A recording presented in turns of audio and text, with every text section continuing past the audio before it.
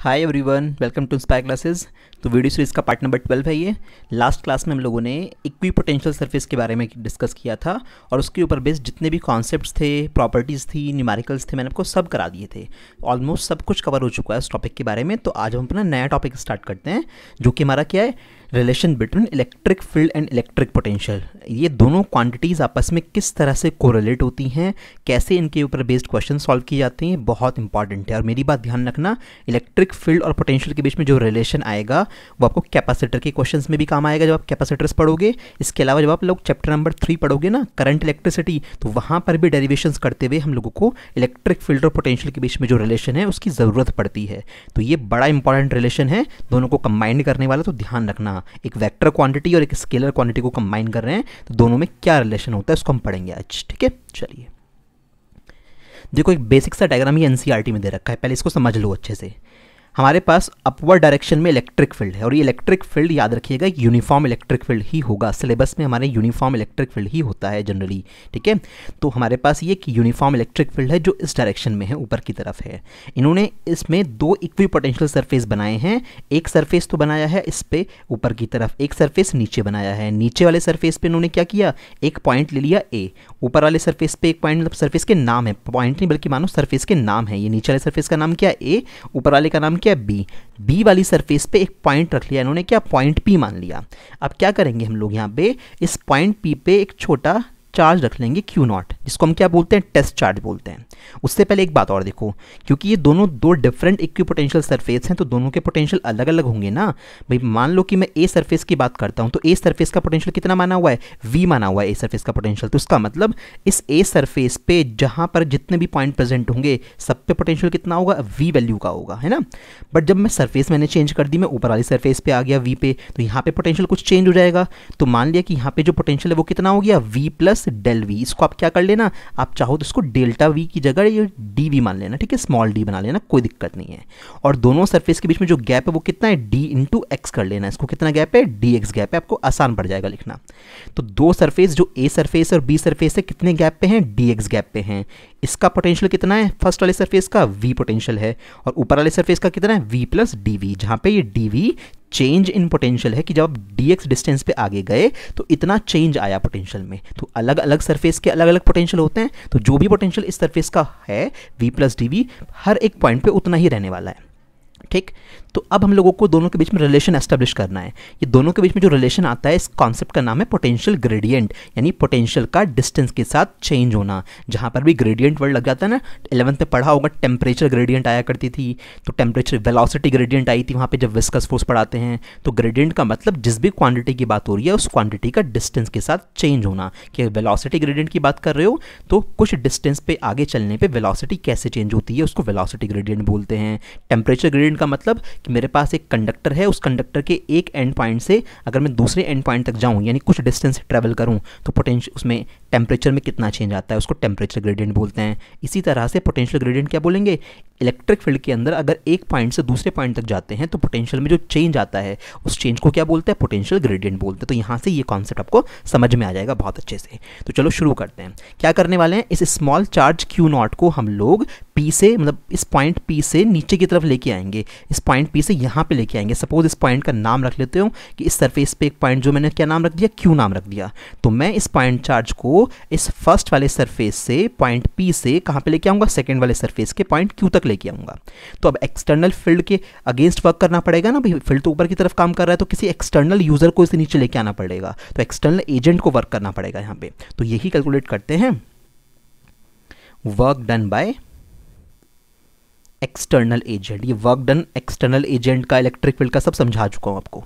तो work done by external agent किस purpose से वर्क कर रहा है, in moving Q naught test charge कहां से कहां तक, from point P to Q. Point P से क्यू की तरफ लेके आ रहे हैं। पॉइंट पी कौन से सरफेस पे बैठा हुआ है, पॉइंट पी सरफेस बी पे है और पॉइंट क्यू किस पे है, ए सरफेस पे है। तो वर्क डन कितना करना पड़ेगा, अब थोड़ा सा दिमाग लगाओ।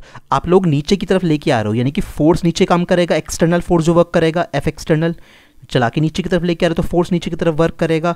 और डिस्प्लेसमेंट भी कैसा है, डिस्प्लेसमेंट भी डाउनवर्ड डायरेक्शन में है। ये जो ये dx डिस्प्लेसमेंट हमारे पास है, भाई चला के भी उधर ही लेके आ रहे हो, ऑब्जेक्ट आपके पास जो चार्ज पार्टिकल है चल के भी ऐसे ही आएगा। तो यहाँ पे थीटा कितना हो गया, थीटा 0 डिग्री का हो गया। ठीक है, तो वर्क डन निकालना आसान हो जाएगा। तो वर्क डन कितना आएगा हमारे पास, W कहाँ से कहाँ तक चला के लेके आए हो, उसको लिख दो, चाहो तो P से Q तक लेके आए हो। तो WPQ is equal to F dx distance अपने चली, डिस्प्लेसमेंट dx है, इंटू कॉस 0 डिग्री।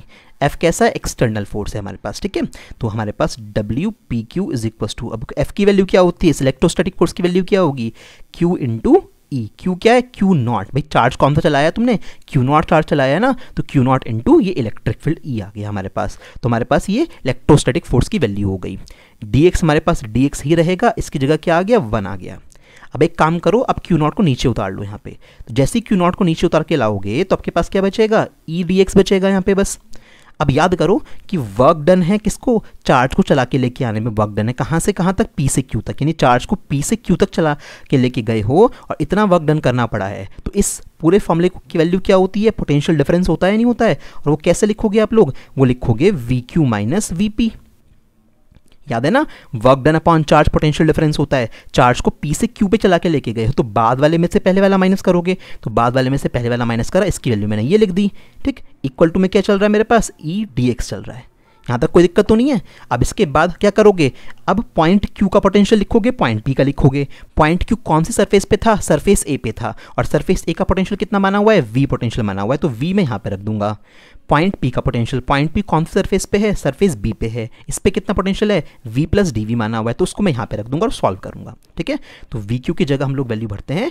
VQ की जगह तो मेरे पास, सॉरी जस्ट अ मिनट, एक मिनट रुको, हाँ, तो VQ की जगह मेरे पास क्या आया, VQ की जगह मेरे पास वैल्यू जो आई वो आई मेरे पास V माइनस, और दूसरे की जगह क्या आई, V plus DV, equal to में हमारा क्या चल रहा था, E इंटू dx चल रहा था। ठीक है, तो ये हमारे पास वैल्यू हो गई। अब जरा इसे सॉल्व करो तो क्या वैल्यू आएगी, माइनस का dv आएगा यहाँ पे, equal to E into dx आया।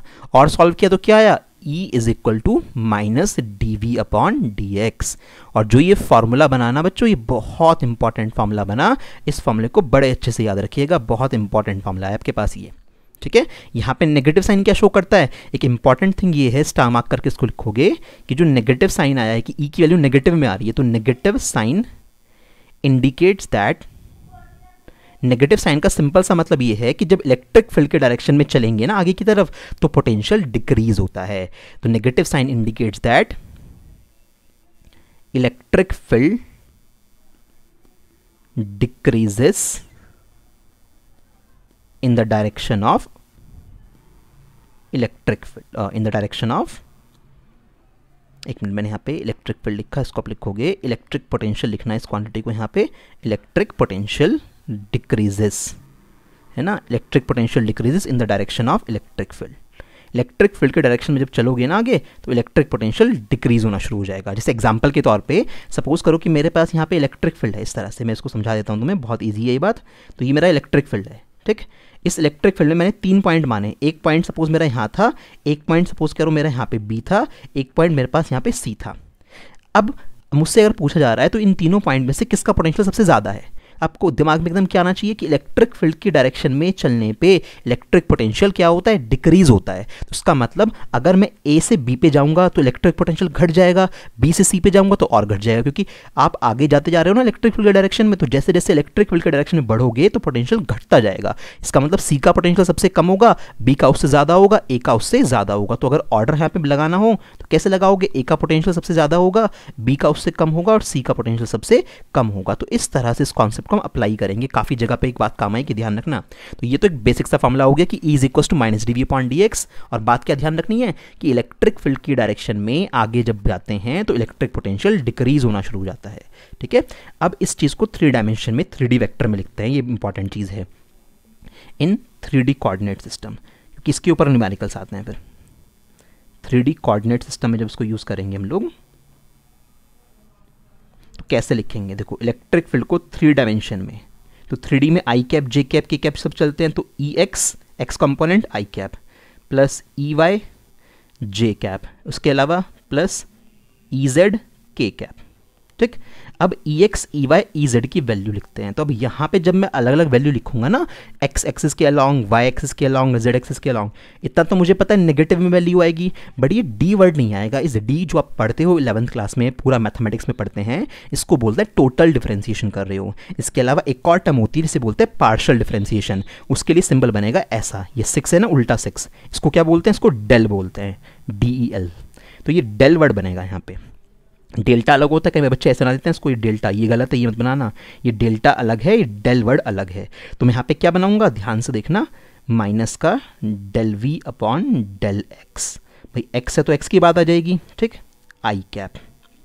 बड़े ध्यान से देखो, कुछ नहीं है फॉर्मूले में, minus del V upon del Y. समझा दूंगा, क्वेश्चन जब कराऊंगा तो इन्हें कैसे सॉल्व करते हैं। इसे बोलते हैं पार्शियल डिफरेंशिएशन। क्या बोलते हैं? Partial differentiation. क्या कॉन्सेप्ट होता है, we will discuss about that. Plus नीचे लिख रहा हूं मैं minus del V upon del Z, है ना, एक्स में एक्स आ गया, वाई में वाई आ गया, जेड में जेड आ गया। तो ये हमारे पास 3 डायमेंशन में कोऑर्डिनेट बना पूरा का पूरा। तो उसका मतलब ये एक्स कंपोनेंट है, ये वाई कंपोनेंट है इलेक्ट्रिक फील्ड का, और ये कौन सा कंपोनेंट है? जेड कंपोनेंट है। मेरी बात समझ में आ रही है? तो ये इंपॉर्टेंट है बहुत ज़्यादा, आप इस फॉर्मेट को भी याद रखोगे। अच्छा मेरी बात एक और सुन लो यहाँ पे कि E is equal to minus d V upon d X है। माइनस साइन तो क्या शो कर रहा है कि इलेक्ट्रिक फील्ड के डायरेक्शन में आगे जाने पर पोटेंशियल डिक्रीज होता है। तो जैसे जैसे हम लोग अदर चैप्टर्स में यूज करेंगे कई बार, तो हम इस फॉर्मूले को सिंपल क्या लिख लिया करेंगे, E is equal to V upon L. तो यहाँ पे अगर ऐसा लिखा जाए तो कोई टेंशन वाली बात नहीं है, बट इसमें ध्यान रखना कि है क्या, E इलेक्ट्रिक फील्ड होगा उस रीजन में, V क्या होगा, V सपोज आप इस प्लेट से इस प्लेट तक चल के गए, सपोज ये प्लेट 1 थी, ये प्लेट 2 थी, आप प्लेट 1 से चल के कहाँ तक गए, प्लेट 2 तक गए। अगर आप L डिस्टेंस चल के गए, दोनों प्लेट के बीच में कितना गैप है, L डिस्टेंस का गैप है, तो ये L नीचे आ गया, यानी ये दो उन सर्फेसेस के, उन दो इक्विपोटेंशियल सर्फेस के बीच में गैप आ जाएगा जहाँ पे आप मूव करके गए हो।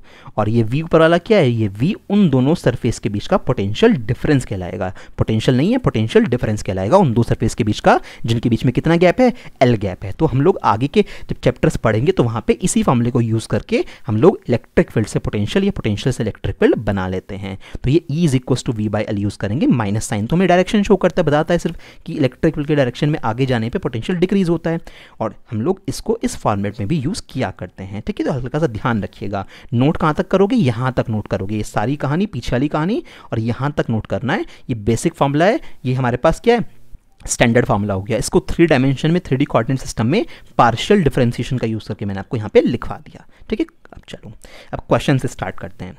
अब जो ये हमारे पास पहला क्वेश्चन है बेसिक सा, ये भी किसी न किसी कॉम्पिटेटिव एग्जाम में आया हुआ है आपके पास। इसने क्या बोला है, if the potential in the region of space around the point this one is given by, potential इस फॉर्मूले से given है। देखो पोटेंशियल जो है वो x पे भी डिपेंड भी कर रहा है, y पर भी कर रहा है, z पर भी कर रहा है। जब एक क्वांटिटी एक से ज़्यादा वेरिएबल पे डिपेंड करती है ना, तो उस सिचुएशन में हम लोग सहारा लेते हैं किसका, पार्शियल डिफरेंशिएशन का। आप लोगों ने 11th क्लास में ये बात पढ़ी होगी कि जैसे आप लोगों को दिया जाता है y is equal to 5x square plus 3x plus 1 कुछ भी, तो आपसे dy बाई dx निकलवाया जाता था। क्यों? क्योंकि वहाँ पे एक आपके पास वेरिएबल एक ही टाइप की वेरिएबल पे डिपेंड कर रहा है। एक y के फॉर्मूले में दो दो चीज़ें आपने कभी नहीं देखी होंगी कि x भी आ गया और z भी आ गया। तो वहाँ पे हमारे पास एक क्वांटिटी जब एक ही चीज़ पे डिपेंड करती है तो टोटल डिफरेंशिएशन यूज़ करते हैं, जहाँ d लिखते हो। अगर एक क्वांटिटी एक से ज़्यादा चीज़ों पे डिपेंड करती है, जैसे यहाँ पे है, तो वहाँ पे हम लोग पार्शियल डिफरेंशिएशन यूज़ करते हैं। ये दोनों में फ़र्क है। ठीक, करना क्या है, calculate the 3 components of electric field at this point. इस पॉइंट पे आपको तीनों कंपोनेंट निकालना है, इलेक्ट्रिक फील्ड के x कंपोनेंट भी निकालना है, y भी और z भी। तो आराम से निकाल लो, अलग अलग कंपोनेंट पता है ना। Ex कितना होता है, Ex माइनस का del V by del X होता है। ठीक है, अलग अलग निकाल लेंगे, कोई दिक्कत नहीं है। माइनस का डेल अपॉन डेल एक्स, जो ये v है इस v की वैल्यू लिख दो भाई, जो v है v की वैल्यू लिख दो। v की वैल्यू क्या नजर आ रही है, ये है, उठा के रख दो। इतना आसान है ना, बहुत इजी सा है, कुछ नहीं है, डरना नहीं है इन सब चीज़ों में। ये आ गया। अब देखो ये डिफरेंशिएशन करेंगे कैसे, मेरी बात बहुत ध्यान से सुनना। यहाँ पे क्या है, आप पार्शियल डिफरेंशिएशन करने के लिए आए हो, किसके रेस्पेक्ट में, x के रेस्पेक्ट में। तो x को वेरिएबल मानिए बस, और बाकी सारी चीज़ें y z या कुछ भी है आपके लिए कैसे ट्रीट होंगे, कांस्टेंट की तरह ट्रीट होंगे। तो इसका मतलब जो हमारे पास ये कंटेंट है, ये कंटेंट कैसा ट्रीट होगा, ये कंटेंट मेरा कांस्टेंट की तरह ट्रीट होगा। क्यों? क्योंकि मैं x के रेस्पेक्ट में पार्शियल डिफरेंशिएशन करना चाहता हूँ। तो ये सब क्या मेरे लिए क्या है, कांस्टेंट है। पूरा 5y स्क्वायर कांस्टेंट है, पूरा माइनस का 3z स्क्वायर कांस्टेंट है। तो इनका डिफरेंशिएशन तो क्या हो जाएगा, पार्शियल 0 हो जाएगा। सिर्फ इसका हो पाएगा डिफरेंशिएशन, 10x स्क्वायर का कितना हो जाएगा, 2 नीचे आ जाएगा, जाएगा तो 20x हो जाएगा। माइनस वैल्यू हमारे पास याद रखनी है हम लोगों को। तो हम लोगों ने इसे सॉल्व किया और हमारे पास कितना आया, माइनस का 20x आया। ठीक है, चलो अब मुझे कौन से पॉइंट की बात करनी थी, x वाला पॉइंट मेरा कितना है, x वाला भाई ये कोऑर्डिनेट है ना, ये x कोऑर्डिनेट है, ये y z है, तो x कोऑर्डिनेट की कितनी वैल्यू है, -1 मीटर है। तो देयरफॉर हम लोग क्या करेंगे, -20 और ब्रैकेट में क्या रख देंगे, -1, तो कितनी वैल्यू आ जाएगी, 20 है ना। अब 20 हमारे पास ये वैल्यू आ गई। आपने एसआई यूनिट क्या पढ़ी हुई है, न्यूटन पर कूलाम, एसआई यूनिट मत भूल जाना। तो आप लोगों ने x कॉम्पोनेंट इलेक्ट्रिक फील्ड का आराम से निकाल लिया। ठीक, अब y कंपोनेंट निकाल लो सिमिलरली। बस एक कंपोनेंट निकालने में दिक्कत होती है, बाकी में कुछ भी नहीं है इनमें। y कंपोनेंट निकालोगे EY, तो पार्शियल डिफरेंशिएशन जो करोगे वोल्टेज का किसके रेस्पेक्ट में करोगे, y के रेस्पेक्ट में करोगे अब की बार। तो हमारे पास माइनस का डेल अपॉन डेल y, और v की वैल्यू क्या है, वही 10x स्क्वायर है, प्लस का 5y स्क्वायर है, और माइनस का 3z स्क्वायर है। समझ में आ रही है बात।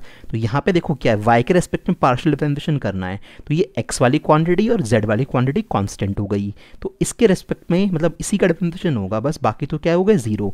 तो डिफरेंशिएशन सिर्फ इसी का करना पड़ेगा, y वाले का। 5y स्क्वायर का कितना होगा, 5 2 10, तो 10y आ जाएगा। माइनस बाहर लगा हुआ ही है, तो माइनस का 10y, यहाँ पे हमारे पास 10y वैल्यू हो गई। अब मेरे पास ये देखो यहाँ पे y की वैल्यू कितनी है, कोऑर्डिनेट में 2 दे रखी है, तो अब यहाँ पे 2 भर लोगे, माइनस का 10 ब्रैकेट में 2 भरा, आपके पास कितनी वैल्यू आ गई, माइनस का 20 न्यूटन पर कूलाम। तो हमारे पास दूसरा कंपोनेंट ये आ गया, माइनस का 20 न्यूटन पर कूलाम। इसी तरह से आप सॉल्व कर लेना EZ को, मैं आपको हल्का सा बता देता हूँ बस। तो del V upon del Z है हमारे पास, और यहाँ पे आगे सॉल्व करोगे तो del upon del Z, V की वैल्यू कितनी है, 10x square plus 5y square, और माइनस में 3z स्क्वायर है ना। यहाँ पे क्या करोगे, जब z के रेस्पेक्ट में पार्शियल डिफरेंशिएशन करने के लिए आए हो तो ये दोनों कांस्टेंट हो जाएंगे। इसका डिफरेंशिएशन कितना हो जाएगा, माइनस का 6z, और माइनस माइनस कितने हो जाएंगे, प्लस हो जाएंगे, तो प्लस का 6z हमारे पास यहाँ से आएगा। और जब प्लस का 6z हमारे पास यहाँ से आएगा, z की क्या वैल्यू रखोगे, तीसरा कोऑर्डिनेट कितना है, 3 वैल्यू का है, तो 6 3 जा 18, तो 18 न्यूटन पर कूलम हमारे पास वैल्यू हो जाएगी। देखो कितना आसान सा क्वेश्चन था। आपने एक पोटेंशियल का आपको एक्सप्रेशन दिया हुआ था, आपने अपना कॉन्सेप्ट यूज करके एक्स एक्सिस के अलोंग कितना इलेक्ट्रिक फील्ड है, वाई के अलोंग कितना है, जेड के अलोंग कितना है, तीनों का तीनों कैलकुलेट कर लिया आराम से। ठीक है, चलो अब अगला क्वेश्चन ये मेडिकल में आया हुआ है 2015 में। सिंपल वही कॉन्सेप्ट जो आपको अभी कराया है, फिर से आपको X Y Z direction potential का एक्सप्रेशन दे रखा है। ये थोड़ा सा बड़ा सा एक्सप्रेशन है, क्योंकि वहाँ पे एक साथ एक्स वाई जेड थे, अलग अलग पार्ट में थे। यहाँ पे क्या है, यहाँ पे इसमें एक्स वाई भी आ गया, वाई जेड भी आ गया, तो खैर हमारे पास तीनों कंपोनेंट दे रखे हैं उसने। तो V Y X Y Z की एक्सप्रेशन पूरी कंप्लीट दे रखी है, तो हमें वही पार्शियल डिफरेंशिएशन यूज़ करना पड़ेगा। फिर से हमें इलेक्ट्रिक फील्ड पूछा है उसने न्यूटन पर कूलम में इस पॉइंट पे, तो यहाँ पे अलग अलग कंपोनेंट निकाल लो, उनको मर्ज कर देना। भाई जब EX EY EZ निकाल लोगे तो लाके वेक्टर फॉर्म में रख देना, चेक कर लेना कौन सा वेक्टर आएगा। आपको ये बात तो अच्छे से पता है कि इलेक्ट्रिक फील्ड जब लिखते हैं तो हमारे पास क्या वैल्यू आती है, ये EX I cap plus EY J cap plus EZ K cap, यही तो होता है नॉर्मल इलेक्ट्रिक फील्ड 3 डायमेंशन में। तो सॉल्यूशन जब हम रफ में करेंगे, भाई हम तो ये मान के चलेंगे सब्जेक्टिव क्वेश्चन है, तो हम लोग इस फॉर्मेट में जब सॉल्यूशन करेंगे तो ऐसे लिखेंगे, ये हमारी क्या हो जाएगी, ये हमारी फर्स्ट इक्वेशन हो जाएगी। अब हमें तीनों कंपोनेंट लाके यहाँ पे बस पुट करने हैं। तो EX कैसे निकालेंगे, EY कैसे निकालेंगे, EZ कैसे निकालेंगे, सिखाया था भाई अभी पीछे, अब ये तो करके आए हो। तो EX कैसे निकालोगे, माइनस का del V by del X, ठीक है, माइनस का डेल अपॉन डेल X आपने रखा। V की क्या वैल्यू है, V की वैल्यू है 6xy माइनस का y प्लस का 2yz। अब थोड़ा सा ध्यान से डिफरेंशिएशन करना है। मैंने यहाँ पे क्या बोला था आप लोगों को कि आप x के रेस्पेक्ट में डिफरेंशिएशन करने के लिए आए हो, तो y और z को कैसे ट्रीट करोगे, कांस्टेंट की तरह। तो बहुत ध्यान से सुनना, इस वाले कंपोनेंट में हमारे पास 6 और y तो क्या हो गए, कांस्टेंट, तो ये हमने बाहर रख लिया अलग की अलग। और क्या बचा यहाँ पे x का कितना डिफरेंशिएशन हो गया, 1 हो गया, ठीक, माइनस y है, y का डिफरेंशिएशन कितना हो गया, 0 हो गया, प्लस नेक्स्ट में क्या है, नेक्स्ट में 2yz है। तो यहाँ पे हम लोग किसके रेस्पेक्ट में करने आए हैं, हम तो x के रेस्पेक्ट में डिफरेंशिएशन करने आए हैं। x तो कहीं नजर आ ही नहीं रहा है यहाँ पे, तो इसका भी डिफरेंशिएशन कितना हो जाएगा, 0 हो जाएगा। तो क्या बचा, सिर्फ 6y बचा मेरे पास। मेरी बात समझ में आती है ना अच्छे से। अच्छा, अब 6y में हमारे पास ये y कॉम्पोनेंट तो नजर आ रहा है तुम्हें, भाई कोऑर्डिनेट तो पढ़ लोगे ना एक्स वाई जेड में। तो y कितना है, y 1 है, तो हम 6y की जगह क्या रख देंगे, 1। तो कितना आया, 6 न्यूटन पर कूलम हमारे पास x कॉम्पोनेंट आ गया। मेरी बात समझ में आ रही है ना। तो 6 न्यूटन पर कूलम x कॉम्पोनेंट आ गया। देखो एक वैल्यू निकाली, ऑप्शन वाले में तो हम क्यों पूरा निकाल लें, क्या पता हमें उससे पहले आंसर पता लग जाए। तो जरा ध्यान से आप देखो यहाँ पे इसका मतलब x कंपोनेंट कौन सा है, 6 वाला आना चाहिए। अब फर्स्ट वाले में तो 6 नहीं आ रहा है x वाले कंपोनेंट में, तो फर्स्ट वाला ऑप्शन नहीं हो सकता। इसके अलावा थर्ड वाले में भी यहाँ पे 6 नहीं आ रहा है, यहाँ 2 आ रहा है, तो ये भी ऑप्शन नहीं हो सकता। तो इसका मतलब यहाँ पे और यहाँ पे 6 आ रहा है, इन दोनों में से कोई एक ऑप्शन हो सकता है। तो अब कैसे पता लगेगा, अब आप एक अगला कंपोनेंट y वाला और निकाल लो, अगर 5 आया तो b आंसर हो जाएगा, 9 आया तो d आंसर हो जाएगा। तो ex निकाल लिया, ऐसे ही ey निकाल लो। देखो कितने आसान से क्वेश्चन हो रहे हैं, कुछ नहीं करना इनमें। तो टोटल है कि कितना सॉलिड आपको कॉन्सेप्ट आता है, आपने कितना अच्छे से पढ़ाई की हुई है, ठीक है। तो माइनस का डेल अपॉन डेल वाई, और v की वैल्यू क्या है, v की वैल्यू रख देते हैं जरा पीछे से देख के, 6xy minus Y plus 2yz, तो है 6xy minus Y plus 2yz। अब किसके रेस्पेक्ट में डिफरेंशिएशन करने के लिए आए, y के रेस्पेक्ट में करने के लिए आए हो, तो y के अलावा जो बच्चे x और z उनको क्या मानोगे, कांस्टेंट। भाई y के रेस्पेक्ट में करना है तो y वेरिएबल हो गया, बाकी सब क्या हो गए, कांस्टेंट। तो यहाँ पे देखो, यहाँ पे 6 और x तो क्या हो जाएंगे, कांस्टेंट हो जाएंगे, तो वो तो बाहर आ गए। 6 और x कैसे आ गए, 6 और x बाहर आ गए मेरे पास, ठीक है। अब y का कितना डिफरेंशिएशन हो गया, y का 1 हो गया, उसको लिखो या ना लिखो, ठीक है, माइनस, फिर इस वाले y का करेंगे तो y का y के रेस्पेक्ट में क्या हो जाएगा, 1 हो जाएगा, ठीक, प्लस फिर यहाँ पे देखो, यहाँ पे 2 और z तो कांस्टेंट हो गए, तो 2 और z को तो बाहर रख लिया, y का डिफरेंशिएशन कितना हो गया, 1 हो गया, तो ये भी इतना बचा। तो मेरे पास इतनी वैल्यू बची ई वाई की। अब मुझे x वाला पॉइंट रखना है, मुझे z वाला पॉइंट रखना है। ज़रा पीछे चलते हैं वापस। अच्छा, यहाँ पे एक बात और ध्यान रखनी है, यहाँ पे हमारा माइनस शायद से रह गया है, हाँ यहाँ पे माइनस और लगा देना है ना, ये माइनस वाली वैल्यू नहीं तो गड़बड़ हो जाएगी, माइनस हमने लगा दिया। खैर, अब आते हैं हम इसने पॉइंट पे, तो हमारा x 1 है, y 1 है, z 0 है। रख लेते हैं ज़रा इस वैल्यू को। हमें एक तो क्या चाहिए, हमें एक x चाहिए, तो x है 1, ठीक है, और उसके बाद हमारे पास z कितना है, z है 0, तो ये क्वांटिटी खत्म हो गई पूरी की पूरी z 0 रख देने पे। तो क्या बचा, 6 में से 1 जाएंगे, कितना हुआ है 5, तो माइनस का हमारे पास 5 न्यूटन पर कूलम वैल्यू आई। तो y कंपोनेंट क्या आया, -5, तो 5 वाली वैल्यू यानी ये वाली वैल्यू हमारा आंसर है, क्योंकि ये सेकंड वाला मैच कर गया तो आंसर तो कंफर्म हो गया ना। तो अगर हमारे पास एक कॉम्पिटेटिव एग्जाम में आता तो 2 ऑप्शन से ही हमारा आंसर निकल गया था पूरा का पूरा। बट अगर हमें प्रॉपर पूरा करना है, मैं को पूरा करके दिखा देता हूँ कंप्लीट किसको कैसे करते हैं। तो ई जेड निकाल लो, ई जेड निकाल के दिखाता हूँ आपको। ई जेड कैसे निकालेंगे, del V by del Z. Conceptual questions हैं, बड़े इंटरेस्टिंग क्वेश्चन हैं, मैथ है पूरी की पूरी। आपको मैथ कितनी अच्छे से आती है, और मैथ भी बहुत हाई लेवल की नहीं है, बायो वाले स्टूडेंट भी बड़े आराम से कर सकते हैं अगर चाहें तो वो करना, ठीक है। तो यहाँ से 6xy कोई पूरा कांस्टेंट होगा, क्योंकि z के रेस्पेक्ट में डिफरेंशिएशन कर रहे हो तो बाकी सब कांस्टेंट हैं, तो 0 हो गया, माइनस ये भी 0 हो गया, प्लस यहाँ पे क्या हुआ 2y तो बाहर आ गया, और z का कितना हो गया 1 हो गया। तो बच्चा मेरे पास, अब माइनस बाहर चल रहा है, माइनस को मत भूल जाइएगा, माइनस बाहर है, ये ज़रूर लिखना होता है। हाँ, तो हमारे पास क्या बचा 2y, y की वैल्यू कितनी थी हमारे पास 1 थी, तो कितनी वैल्यू आई, माइनस का 2 न्यूटन पर कूलम आई। देख लो तीसरा कंपोनेंट मैच कर रहा होगा, 2 मैच कर गया ना, कर गया। अब क्या करोगे, E x E y E z को उठा के यहाँ पे ला के रख दो, तो हमारे पास वैल्यू बन जाएगी। ई एक्स कितना आया, माइनस का 6, ई वाई कितना आया हमारे पास, माइनस का 5, ई जेड कितना आया, माइनस का 2। तो जब ला के रखोगे तो फ्रॉम 1, तो फर्स्ट इक्वेशन से ई इलेक्ट्रिक फील्ड हमारे पास कितना बन जाएगा, ई एक्स माइनस का 6 आई कैप, माइनस का हमारे पास कितना आया था दूसरी वाली वैल्यू 5 आया है हमारे पास वाई कंपोनेंट, माइनस का 5 जे कैप, और उसके अलावा माइनस का 2 के कैप। माइनस यहाँ से चाहे कॉमन ले लेना, तो आपके पास फाइनल आंसर इस तरह से छोड़ के आते हो। देख लो क्वेश्चन का लेवल किस तरह से क्वेश्चन अटेम्प्ट किए जा रहे हैं, कुछ ऐसा है नहीं क्वेश्चंस में, बस आपके लॉजिक के ऊपर है कि आप किस तरह से इनको देखते हो क्वेश्चंस को, ठीक है। चलो अगला एक बेसिक सा एमसीक्यू नीट में पूछा हुआ है, मैं अभी करा चुका हूँ, तुम्हें जब मैं एग्जांपल दे रहा था वहाँ पे, तो मैंने तुम्हें करा दिया था ये एमसीक्यू। यहाँ पे 3 पॉइंट्स हैं एबीसी, यूनिफॉर्म इलेक्ट्रिक फील्ड में है, आपसे पूछा इलेक्ट्रिक पोटेंशियल मैक्सिमम होगा ए पे, बी पे, सी पे, या सब पे सेम होगा।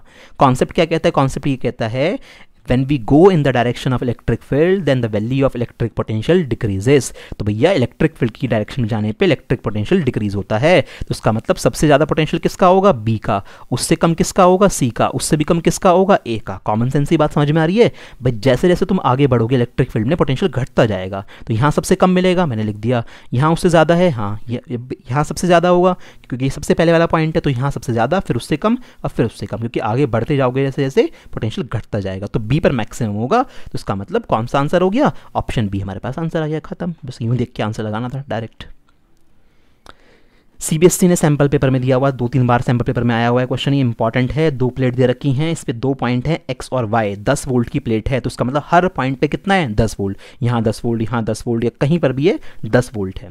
दूसरी प्लेट है, इस पे एक पॉइंट है रेंडमली जेड, अर्थिंग कर रखी है, तो अर्थिंग का मतलब क्या होता है, इस पे कितना पोटेंशियल है 0 वोल्ट का। जिस भी चीज़ को अर्थ कर देते हो तो उसका पोटेंशियल 0 वोल्ट हो जाता है, ध्यान रखना ये बात। तो अर्थिंग कर रखी है तो 0 वोल्ट पे है, तो ये 10 वोल्ट पे है, ये 0 वोल्ट पे है। गैप कितना है दोनों के बीच में, 1 सेंटीमीटर का दोनों के बीच में इन लोगों ने गैप दे रखा है। ठीक, अब ये तो भी फिर सिर्फ डायग्राम है, इसका डिस्क्रिप्शन मैंने आपको समझा दिया। पूछा क्या है अगले पेज पे, क्वेश्चन का ही पार्ट है सब कुछ। ये what is the magnitude and direction of uniform electric field between points y and z। अब देखते हैं y और z कहाँ है, y यहाँ पे है, z यहाँ पे है। तो आपसे पूछा है इलेक्ट्रिक फील्ड का मैग्नीट्यूड और डायरेक्शन। डायरेक्शन तो इलेक्ट्रिक फील्ड की कैसी होती है, हायर पोटेंशियल से लोअर पोटेंशियल की तरफ, तो इलेक्ट्रिक फील्ड तो इनके बीच में ऐसे आने वाला है, यानी कि from point y to z। तो फर्स्ट पार्ट का जब आंसर लिखोगे, मैं यही लिख देता हूँ फर्स्ट पार्ट के आंसर में, डायरेक्शन ऑफ इलेक्ट्रिक फील्ड क्या आएगी, इलेक्ट्रिक फील्ड की डायरेक्शन आएगी from point y to z। ठीक, खत्म। मैग्नीट्यूड कैसे निकालें, अब मुझे बताओ दोनों पॉइंट के बीच में y और z पॉइंट के बीच में पोटेंशियल डिफरेंस तो जानते हो ना, यहाँ 10 वोल्ट का है, यहाँ पे कितना है 0 वोल्ट का, यानी इनके बीच का पोटेंशियल डिफरेंस हम लोगों को पता है अच्छे से। और ये अपॉन में हमारे पास क्या वैल्यू है, ये हमारे पास इसकी डिस्टेंस है 1 सेंटीमीटर, जिसको मैं चेंज कर लूँगा। तो मुझे पोटेंशियल पता है, मुझे डिस्टेंस पता है, तो मैं इलेक्ट्रिक फील्ड चुटकियों में निकाल लूँगा। तो फर्स्ट पार्ट में मैंने डायरेक्शन तो आपको बता दी, तो इलेक्ट्रिक फील्ड कैसे निकाल लूँगा, इलेक्ट्रिक फील्ड का जो मैग्नीट्यूड मेरे पास आएगा निकल के, वो कैसे आएगा बच्चों, माइनस का dv/dx। अब माइनस का dv डिफरेंस, पहली वाली प्लेट पे 10 वोल्ट, बाद वाली पे 0 वोल्ट, तो 0 - 10 करोगे, बाद वाले में से पहले वाला माइनस करते हैं, तो 0 - 10 अपॉन में कितने सेंटीमीटर है 1 सेंटीमीटर। 1 सेंटीमीटर कितना होता है 0.01 होता है। डिस्टेंस आपने ऐसे लिख ली, तो यहाँ से ऊपर से -10 बचेगा, माइनस माइनस प्लस हो गए, तो 10 अपॉन 0.1, तो इसको हटा के ऊपर 0 लिखोगे तो कितना आ जाएगा 1000 आ जाएगा, है ना, 10³ आ जाएगा न्यूटन पर कूलम। मेरी बात समझ में आ रही है। तो ये हमारे पास इलेक्ट्रिक फील्ड का मैग्नीट्यूड आ गया। डायरेक्शन आपको बता ही दी, y से z की तरफ है, तो ये पहला पार्ट ऐसे किया जाना था। सेकेंड वाले पार्ट में क्या है, what is the work done in moving a charge of 20 microcoulomb from point x to y।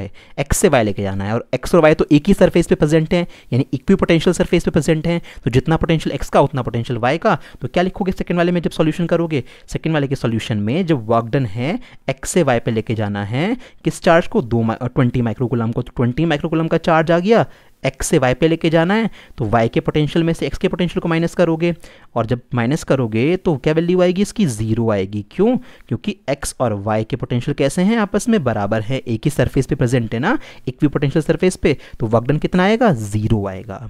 Hope कि इस तरह का क्वेश्चन आपको करना आ गया होगा, आपको बात क्लियर हो गई होगी कि हाँ ये क्वेश्चन कैसे अटेम्प्ट करना है। ठीक है, चलो सब बात मैंने आपको समझा दी, बस थोड़ा गड़बड़ क्या होती है, इनको भूल जाते हैं सेंटीमीटर को मीटर में कन्वर्ट करना, ऐसी गलतियां मत करना। Important one, multiple time question में देखो सारे क्वेश्चन जो कराता हूँ सारे छाट के कराए हुए क्वेश्चन है, ये ऐसे क्वेश्चन है जो कभी भी किसी भी साल दोबारा पेपर में तुम्हें दिखाई दे जाएंगे। ठीक है, देखो अब यहाँ पे क्या बोला है इस क्वेश्चन में, a test charge q, small q कोई टेस्ट चार्ज है, is moved without acceleration from A to C। इसको A से C पे लेके जाना है हमें, किस रास्ते के थ्रू, पहले A से B पे लेके गए, फिर B से C पे लेके गए, यानी कि पहले तो हम इसे A से B पे लेके गए ऐसे इस रास्ते पे, फिर B से चला के C पे लेके आए, फाइनली हम C पे जाके लैंड कर गए। तो A से B और B से C पे लेके आए हैं। ठीक है, कोई दिक्कत नहीं है। वैसे भी इलेक्ट्रोस्टैटिक फील्ड में जो भी वर्क डन वगैरह होता है पाथ पे डिपेंड नहीं करता कि आपको A से C पे जाना था, आप डायरेक्ट जंप कर जाओ, आपको पीछे से घूम के आ जाओ, कैसे भी आ जाओ, आए तो इसी इलेक्ट्रिक फील्ड के अंदर हो ना, तो स्टार्टिंग और एंडिंग पॉइंट मैटर करता है, कोई फर्क अलग मैटर नहीं होता। क्या पूछा है, calculate the potential difference between A and C. A और सी के बीच में पोटेंशियल डिफरेंस तुमसे पूछा है। अब जरा थोड़ी सी बात सोचना, मैं यहाँ पे क्या करने वाला हूँ, इस जगह पे थोड़ी सी चीज़ करूँगा। यहाँ पे मैंने क्या करा, यहाँ पे मैंने एक सरफेस ड्रॉ करा। ठीक है, मान लो एक सरफेस है, पॉइंट ए पे मैंने एक सरफेस ड्रॉ कर लिया इस तरह से, ऐसे ही इसी तरह से एक सरफेस यहाँ पे ड्रॉ कर लिया। इस ये दो सरफेस मैंने ड्रॉ करना है ग्रीन कलर पे, इनमें से पहले वाले सरफेस पे मेरे पास जो है वो कौन सा पॉइंट आ गया, ए पॉइंट आ गया। दूसरे सरफेस पे कौन से पॉइंट आ गए, बी और सी आ गए। तो ये एक सरफेस पे आ रहे हैं, तो इतना क्लियर हो गया कि बी और सी का पोटेंशियल क्या होगा, इक्वल होगा। तो इसमें कई बार एक क्वेश्चन पहले ये पूछ लेता है, एक एक्स्ट्रा चीज़ बता रहा हूँ कि ऐसा डायग्राम देख के बोल लेगा कि आप इसको यहाँ पे ए बी और सी पे पोटेंशियल को इंक्रीजिंग एक डिक्रीजिंग ऑर्डर में अरेंज करो। तो आप देखो इलेक्ट्रिक फील्ड के डायरेक्शन में जाने पर पोटेंशियल घटता है, ये बात सबको समझ में आती है। तो इसका मतलब यहाँ पोटेंशियल ज़्यादा होगा और यहाँ वालों पे कम होगा, और यहाँ वालों पे कम कैसा बराबर ही तो होगा क्योंकि दोनों एक ही सरफेस पे प्रेजेंट हैं। तो क्या लिखेंगे यहाँ पे कि सर वी ए की जो वैल्यू होगी वो ज़्यादा होगी किससे, वी बी से, और वी बी और वी सी आपस में कैसे होंगे, बराबर होंगे। तो इस तरह का ऑप्शन भी होता है यहाँ पे एमसीक्यू में। तो ये बात जो एक्स्ट्रा चीज़ें बताते रहता हूँ ध्यान रखा कीजिए। इलेक्ट्रिक फील्ड के डायरेक्शन में जाने पर पोटेंशियल घटता है, मानते हो, तो यहाँ पोटेंशियल ज़्यादा यहाँ कम, तो वी ए का पोटेंशियल इन दोनों से ज़्यादा होगा, तो मैंने ये लिखा। अब बी और सी एक ही पॉइंट पे है भैया, एक ही सरफेस पे है ना, तो जितना पोटेंशियल बी पे उतना पोटेंशियल सी पे, तो इस तरह लिखा जाएगा। तो ऐसा ऑप्शन भी बन जाता है। खैर ये एक्स्ट्रा बात हो गई, जबको फालतू में मैंने बता दी। पूछा क्या है, पोटेंशियल डिफरेंस पूछा है ए और सी के बीच में। अब ए और सी के बीच में पोटेंशियल डिफरेंस पूछा है, तो ये दो सरफेस मेरे पास हो गए। तो फर्स्ट पार्ट में मैं क्या करूंगा, E is equals to minus का d V by d x, ये तो पढ़ रखा है आप लोगों ने। डी एक्स क्या होता है, डी एक्स उन दोनों इक्विपोटेंशियल सरफेस के बीच में गैप होता है, डेरिवेशन करते हुए याद ध्यान दिया होगा तुमने।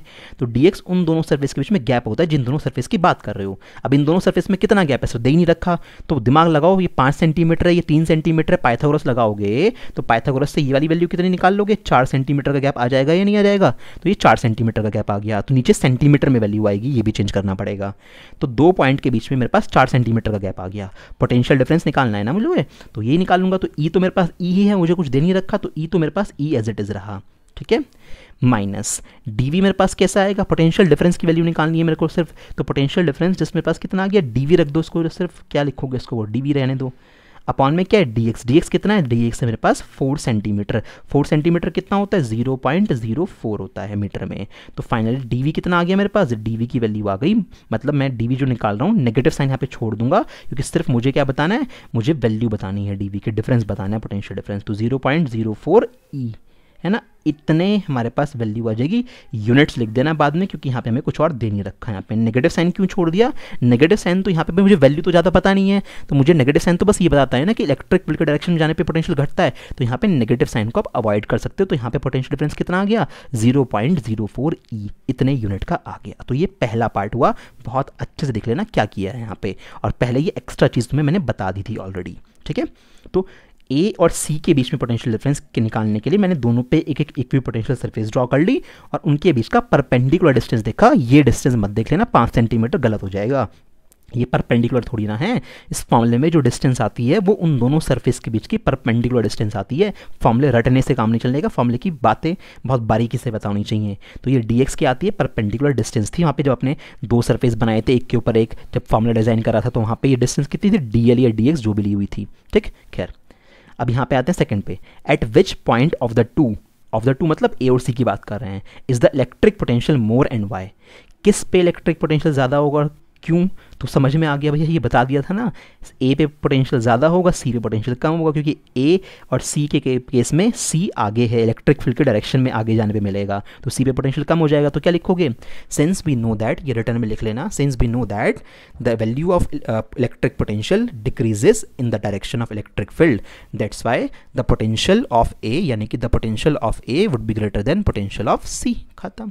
तीनों का कंपैरिजन करवाता तो तीनों का कंपैरिजन आपको ये करवा दिया, तब भी कोई दिक्कत नहीं होनी चाहिए थी तुम्हें, ठीक।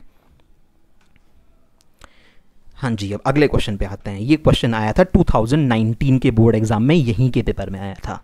अब यहाँ पे उसने क्या कर रखा था, डिस्टेंस के साथ पोटेंशियल का ग्राफ दे दिया, इलेक्ट्रिक पोटेंशियल का डिस्टेंस के साथ ग्राफ दे दिया। उसने कहा इस ग्राफ को कन्वर्ट करो इलेक्ट्रिक फील्ड वर्सेस डिस्टेंस में, यानी कि v वर्सेस x का ग्राफ दे रखा है, तुमसे क्या कह रहा है, इसको ग्राफ में कन्वर्ट करो, किस में, e वर्सेस x में कन्वर्ट करूँ। तो v से e कैसे बनाएं, इसके लिए रिलेशन कौन सा काम आएगा, e is equals to minus का dv बाय dx। समझ में आ रही है ना बात। अब जरा देखो, बहुत कॉमन सेंस वाली बात मेरे पास से सुनना।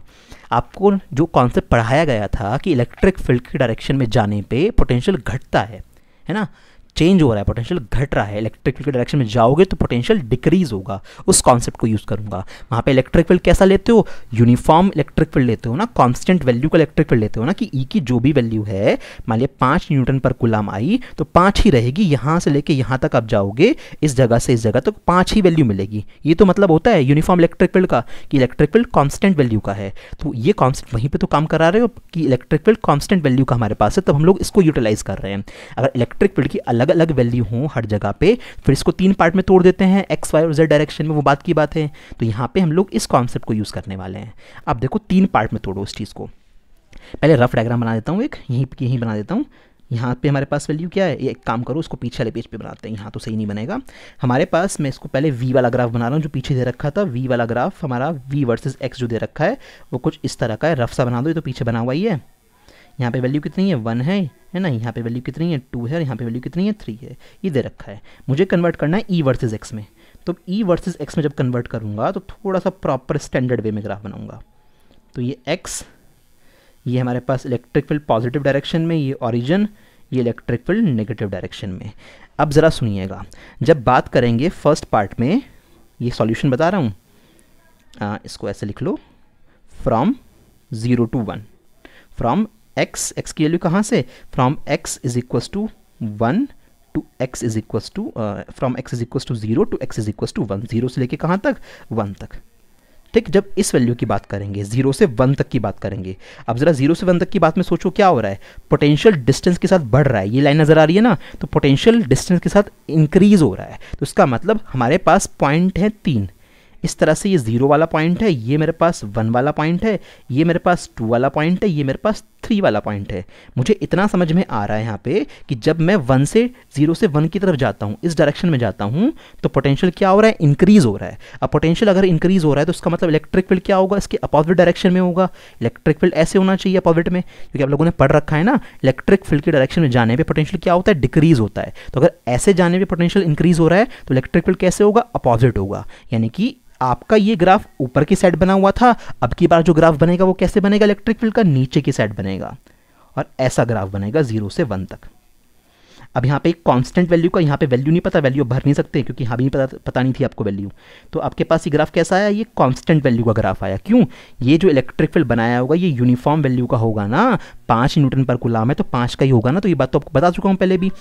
तो ये इलेक्ट्रिक फील्ड 0 से लेके 1 तक आप जब जाओगे डिस्टेंस तक, तो आपको इलेक्ट्रिक फील्ड कांस्टेंट वैल्यू का मिलेगा। नीचे क्यों बनाया, नीचे इसलिए बनाया क्योंकि पोटेंशियल इंक्रीज हो रहा है, ऊपर की तरफ लाइन जा रही है, और पोटेंशियल अगर 0 से 1 पे जाने पे इंक्रीज हो रहा है तो इलेक्ट्रिक फील्ड अपोजिट में काम करेगा, क्योंकि इलेक्ट्रिक फील्ड के डायरेक्शन में पोटेंशियल डिक्रीज होता है और इलेक्ट्रिक फील्ड के अपोजिट डायरेक्शन में पोटेंशियल क्या होता है, इंक्रीज होता है। तो इस लॉजिक को मैंने यहाँ पे क्रैक कर दिया। ठीक, अब इसके बाद अगली बात जो हम बनाएंगे, इसको मैं येलो कलर से बना देता हूँ, तो मेरा ये ऐसे हो गया यहाँ तक का ग्राफ। यहाँ पे डॉटेड लाइन बना दो, ठीक है, मर्जी है तो आपकी। ठीक, अब क्या है, अब हम बात आई हमारे पास 2 से 3 इसे 1 से 2 वाले रीजन में। तो जब बात करेंगे सेकंड केस में, यहाँ पे फर्स्ट केस तो हम लोगों ने पढ़ लिया, तो फर्स्ट केस में ग्राफ कैसा आया, ग्राफ या E will be negative and constant. ठीक है, डन। सेकेंड पार्ट की जब बात करेंगे कहाँ से कहाँ तक, सेकेंड पार्ट में x इज इक्वल्स टू 1 से लेके x इज इक्वल्स टू 2 तक। तो जब इस रीजन के बारे में जिक्र करोगे ज़रा दिमाग लगाओ, 1 से 2 तक पोटेंशियल कैसा है, कांस्टेंट है, पोटेंशियल चेंज नहीं हुआ। अब जब 1 से लेके 2 तक पोटेंशियल चेंज नहीं हुआ तो अब फॉर्मूले पे आ जाओ, E is equals to minus dv upon dx। अब अगर एक कांस्टेंट वैल्यू का डिफरेंशिएशन करते हो तो क्या वैल्यू आती है कि भैया कांस्टेंट का डिफरेंशिएशन कर रहे हो, एक कांस्टेंट वैल्यू है, तो आपको पता है वो डिफरेंशिएशन कितना होता है, 0 वैल्यू का होता है। तो इलेक्ट्रिक फील्ड कितना हो जाएगा, 0 वैल्यू का हो जाएगा। अगर किसी रीजन में पोटेंशियल कांस्टेंट है ना, तो वहाँ पे इलेक्ट्रिक फील्ड कैसा आता है, 0 आता है। ये आपको एक मेथड से समझा रहा हूँ पूरा प्रॉपर वे में। तो इस रीजन में इलेक्ट्रिक फील्ड कितना हो गया, 0 हो गया। तो अगर 1 से 2 तक मूव करना पड़ेगा मुझे, तो इलेक्ट्रिक फील्ड कितना आएगा, 0 वैल्यू का आएगा। ये पट्टी ऐसे रहेगी बिल्कुल फ्लैट। क्यों, क्योंकि इस रीजन में 1 से लेकर 2 तक के रीजन में क्या है, पोटेंशियल कांस्टेंट है। पोटेंशियल कांस्टेंट है तो कांस्टेंट को यहाँ पे भरोगे तो कितना आएगा, इलेक्ट्रिक फील्ड 0 आएगा। ठीक है बात। अब तीसरे केस में चलते हैं, ऐसे ही करना है ये क्वेश्चन, देखो ऐसे ही होना है बिल्कुल। कहाँ से कहाँ तक, अब 2 से 3 तक की बात आती है, from x is equals to 2 to x equals to 3। 2 से 3 तक की बात कर लेते हैं। 2 से 3 तक की बात में ग्राफ कहाँ आ रहा है, नीचे, यानी पोटेंशियल डिक्रीज हो रहा है। यानी कि इसको यहाँ समझते हैं, 2 से 3 पे जब हम जा रहे हैं तो यहाँ पे तो पोटेंशियल क्या हो रहा था, यहाँ पे तो इंक्रीज हो रहा था। यहाँ पे 2 से 3 पे जाने पे पोटेंशियल क्या हो रहा है, डिक्रीज हो रहा है। अब पोटेंशियल डिक्रीज कहाँ होता है, पोटेंशियल डिक्रीज होता है इलेक्ट्रिक फील्ड के डायरेक्शन में, यानी इलेक्ट्रिक फील्ड भी इसी डायरेक्शन में काम कर रहा होगा। बात समझ में आती है ना, बहुत आसानी से देख लो। पहले वाले केस में क्या था, अब 0 से 1 पे जाने पे पोटेंशियल इंक्रीज हो रहा था, तो पोटेंशियल इंक्रीज हो रहा है तो इलेक्ट्रिक फील्ड इसका उल्टा डायरेक्शन में हो जाएगा। उल्टा डायरेक्शन का मतलब क्या है, अगर ये पॉजिटिव पे बनाया तो मैंने नेगेटिव पे बना दिया। ठीक है, यहाँ पे पोटेंशियल 1 से लेकर 2 तक पोटेंशियल कांस्टेंट था, तो इलेक्ट्रिक फील्ड आया ही नहीं, डिफरेंशिएशन 0 हो गया, ठीक है। फिर 2 से 3 पे आए, 2 से जब 3 पे आए तो ये ग्राफ नीचे जा रहा है, यानी पोटेंशियल डिक्रीज हो रहा है। अब पोटेंशियल डिक्रीज हो रहा है तो हाँ इलेक्ट्रिक फील्ड के डायरेक्शन में डिक्रीज होता है, तो इलेक्ट्रिक फील्ड इस डायरेक्शन में मैंने बना दिया, सेम डायरेक्शन में। मतलब अगर ये पॉजिटिव साइड पे है ना, ये भाई ये डेल्टा एक्स एक्सिस के पॉजिटिव साइड पे है ना, तो इलेक्ट्रिक फील्ड भी कैसे बनाना पड़ेगा, पॉजिटिव साइड पे बनाना पड़ेगा। यानी इलेक्ट्रिक फील्ड अब कैसे बनाऊंगा, इलेक्ट्रिक फील्ड अब मैं 0 से 3 तक का जो बनाऊंगा वो वापस पॉजिटिव साइड पे ऐसे ले जाऊंगा। ये इस तरह का आपके पास फंक्शन आ जाएगा। इस तरह के फंक्शन को क्या बोलते हैं, फ्लोर फंक्शन बोलते हैं। कोई लग रहा है ना सीढ़ियाँ चढ़ रहे हूँ कि आप यहाँ पे इस पॉइंट पे थे, फिर यहाँ जंप मार गए, फिर यहाँ जंप मार गए, तो इसका मतलब जब 0 से 1 तक की डिस्टेंस थी तो इलेक्ट्रिक फील्ड नेगेटिव डायरेक्शन में है। कांस्टेंट तो होगा ही, यूनिफॉर्म इलेक्ट्रिक फील्ड होता है भाई, ठीक है। तो ये इस ग्राफ को मैंने इंक्रीमेंट वाले ग्राफ को ऐसे इंटरप्रेट कर लिया। फिर कांस्टेंट पोटेंशियल था तो 0 इलेक्ट्रिक फील्ड हो गया। फिर पोटेंशियल डिक्रीज हो रहा है तो पोटेंशियल डिक्रीज होता है तो इलेक्ट्रिक फील्ड उसी डायरेक्शन में होता है, तो उसी डायरेक्शन ये भी पॉजिटिव है, मैंने यहाँ भी पॉजिटिव बना दी। तो ये आपके पास x = 2 to 3 में क्या लिखोगे, E will be positive. E कैसा होगा, पॉजिटिव होगा एंड कांस्टेंट वैल्यू का होगा। तो आपके पास आप एग्जाम जब नोट करोगे तो क्या करोगे, ये वाला सारा का सारा डेटा तीनों केस का नोट करोगे जो मैंने बनाया है, और ये हमारा जो मेन ग्राफ है ये नोट करोगे। जो ये चीज़ थी ऊपर वाली सिर्फ समझाने के लिए बनाई थी कि 0 से 1 पे जब गए तो इलेक्ट्रिक फील्ड क्या हुआ, पोटेंशियल क्या हुआ, इंक्रीज हुआ। यहाँ ग्राफ में दिख रहा है इंक्रीज हुआ, ये इंक्रीज हुआ तो इलेक्ट्रिक फील्ड इसके उल्टा काम करेगा, क्योंकि इलेक्ट्रिक फील्ड का सिंपल रूल बार बार रिपीट हो रहा है कि इलेक्ट्रिक फील्ड के डायरेक्शन में जाने पर पोटेंशियल डिक्रीज होता है। तो पोटेंशियल अगर इंक्रीज हो रहा है तो इलेक्ट्रिक फील्ड उल्टा मान लो, ठीक। इस रीजन में पोटेंशियल कांस्टेंट तो इलेक्ट्रिक फील्ड 0 डिफरेंशिएशन से आया। इस रीजन में क्या हुआ, पोटेंशियल डिक्रीज हुआ, तो पोटेंशियल डिक्रीज हुआ तो इलेक्ट्रिक फील्ड ठीक है इसी डायरेक्शन में काम करेगा रूल के अकॉर्डिंग। इस डायरेक्शन का मतलब क्या है कि ये पॉजिटिव साइड पे बना हुआ है तो ये भी कहाँ बनेगा, पॉजिटिव साइड पे। ये ऐसे क्यों बना, क्योंकि कांस्टेंट यानी यूनिफॉर्म इलेक्ट्रिक फील्ड है, इस वजह से, ठीक। तो 2019 में आया हुआ क्वेश्चन है, 5 नंबर के क्वेश्चन में डेरिवेशन भी दिया हुआ था एक, और ये क्वेश्चन भी आया हुआ था, तो इसको ऐसे इंटरप्रेट करना था। तो बोर्ड का लेवल इस तरह का भी कभी कभी आ जाता है, तो कोई दिक्कत नहीं है, बेसिक है, पता होनी चाहिए सारी चीज़ें। ग्राफिकल डेटा है, कितना आसानी से आप चीज़ों को इंटरप्रेट करते हो, कितना समझते हो, सब उसी चीज़ के ऊपर डिपेंड करता है। तो मैं आपको हर लेवल के क्वेश्चन करवा रहा हूँ, आप देख लो ज़रा। तो ये क्वेश्चन अब आपका फाइनली होमवर्क आ गया, इस क्वेश्चन को खुद से अटेम्प्ट कीजिएगा, ठीक है। ऐसा क्वेश्चन करवा दिया है, सेम वही कॉन्सेप्ट है, अपना आप लगा लेना जैसे इसमें लगाना है, सब चीज़ें तुम्हें समझा दी मैंने यहाँ पे, ठीक। तो अब हमारे पास आज कौन सा टॉपिक कवर हो गया, इलेक्ट्रिक फील्ड और पोटेंशियल के बीच में जो रिलेशन होता है वो टॉपिक मैंने आपको कवर करा दिया आपके बोर्ड के पॉइंट ऑफ व्यू से, और एक आध क्वेश्चन आपको कॉम्पिटिटिव एग्जाम में आए हुए भी मैंने वहाँ पे करा दिए हैं। तो इलेक्ट्रिक फील्ड और पोटेंशियल का टॉपिक पूरी तरह से खत्म हुआ। इसका एक क्वेश्चन और है इंपॉर्टेंट सा, वो कुछ जगह पे स्कूल्स में आया हुआ है, उस क्वेश्चन को मैं नेक्स्ट वाली क्लास में कराऊंगा, उस स्पेशल क्वेश्चन को, और उसके बाद हम लोग स्टार्ट करेंगे अपना अगला टॉपिक इलेक्ट्रिक डायपोल, ठीक है।